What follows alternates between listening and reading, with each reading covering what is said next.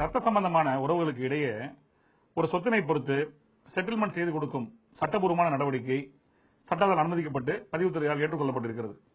அப்படி ஒருத்தர் செட்டில்மெண்ட் எழுதி கொடுக்கிறாரு, அதை நான் பிற்காலத்தில் ரத்து செய்ய மாட்டேன்ற ஒரு வாக்குறுதியோடு அதுவும் பதிவு செய்யப்படுகிறது. ஆனால் எதிர்காலத்தில் அந்த ஆவணத்தை அவர் ரத்து செய்யணும்னு ஒரு மட்டுமே அவர் கையாள வேண்டும். கணவன், மனைவி, மகன், மகள், சகோதரர், சகோதரிகள் இந்த மாதிரி ரத்த சம்பந்தமான உறவுகளுக்கிடையே தங்களுக்கு சொந்தமான நிலம், கட்டிடங்கள் போன்ற சொத்தினை பொறுத்து ஒரு செட்டில்மெண்ட் மூலமாக அன்பினாலும் பாசத்தினாலும் இந்த சொத்தினை நான் இன்னாருக்கு கொடுக்கிறேன் அப்படிங்கிற விவரங்களை விவரித்து ஒரு பதிவு செய்யப்பட்ட ஆவணம் வாயிலாக சொத்து பரிமாற்றத்தை பதிவுத்துறை அனுமதிக்கிறது. அதற்கு 25,000 ரூபாய் அது ஸ்டாம்ப் டியூட்டியாகவும் மற்றும் அதன் அரசு நிர்ணயித்த ஒரு ஃபீஸ் அவங்க வசூல் செய்யறாங்க.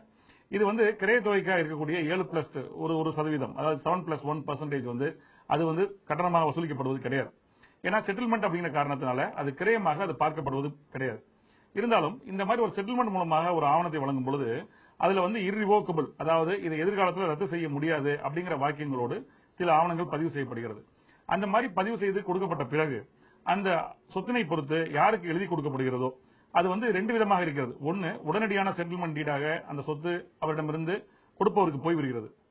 மற்றொரு செட்டில்மெண்ட் ஒரு கண்டிஷனல் செட்டில்மெண்ட், அதாவது தனது எதிர்காலத்திற்கு பிறகு யார் பேர்ல சொத்து இருக்கிறதோ அவருடைய எதிர்காலத்திற்கு பிறகு அது சில கண்டிஷனோடு அந்த யாருக்கு போய் சேரணும்னு நினைக்கிறாங்களோ அப்படிப்பட்ட செட்டில்மெண்ட்.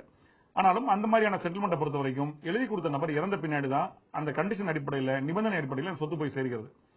ஆனாலும் சட்டத்தை பொறுத்த வரைக்கும் ஒருத்தர் இர்ரிவோக்கபிள் அப்படின்னு சொல்லிட்டு ஒரு செட்டில்மெண்ட் டீட் அன்பினாலும் பாசத்தினாலும் ரத்த சம்பந்தமான உறவுக்கு கொடுக்கப்பட்ட பிறகு சில ஆண்டுகள் கழித்து, சில மாதங்கள் கழித்து அவராக சென்று அந்த ஆவணத்தை ரத்து செய்யும் முறையை பொறுத்த வரைக்கும் சட்டம் அதை சரியானதாக பார்ப்பதில்லை. சமீபத்தில் ஏப்ரல் 2014 உயர்நீதிமன்ற நீதிபதி திரு எஸ். ராஜேஸ்வரன் முன்னாடி ஒரு வழக்கு விசாரணைக்காக வருகிறது. அந்த வழக்கை விசாரித்து அவர் ஒரு உத்தரவு பிறப்பிக்கிறார். அந்த வழக்கினுடைய சாராம்சம் என்ன அப்படின்னா, தந்தை தனது மகனுக்கு 2 சொத்துக்களை செட்டில்மெண்ட் மூலமாக எழுதி கொடுக்கிறார். அந்த சொத்துக்களை பொறுத்து எழுதி கொடுத்து சில ஆண்டுகள் கழித்து அந்த சொத்துல அவர் போய் ரத்து பண்ணிடுறாரு அந்த செட்டில்மெண்ட் டீட.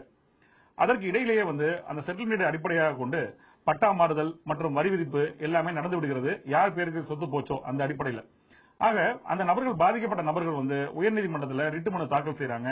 அதுல தனது தகப்பனாரையும் அந்த 2 மகன்களும் ஒரு தரப்பினராக சேர்த்து, அது தவிர அந்த சார் பதிவாளர், சென்னையில் இருக்கிற ஒரு சார் பதிவாளர் சேர்ந்து எங்கே பதிவு செய்யப்பட்டதோ ரத்து செய்யப்பட்டதோ அவரையும் ஒரு தரப்பினராக சேர்ந்து வழக்கு தாக்கல் செய்யறாங்க.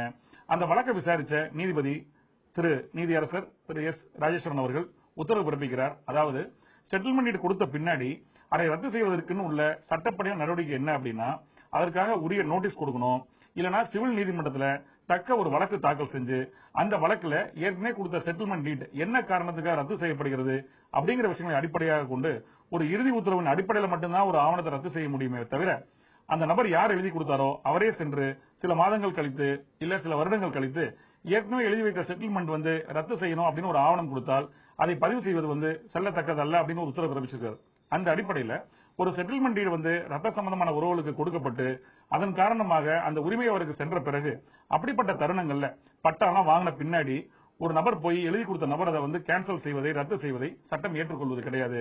அதற்கான நடைமுறையை பொறுத்த வரைக்கும் லீகல் நோட்டீஸ் கொடுத்து நீதிமன்றத்தில் வழக்கு தாக்கல் செஞ்சு அப்படிப்பட்ட இறுதி உத்தரவின் அடிப்படையில் தான் ரத்து செய்ய முடியும். மீண்டும் வேறொரு வழக்கோடு உங்களை சந்திக்கிறேன். நன்றி, வணக்கம்.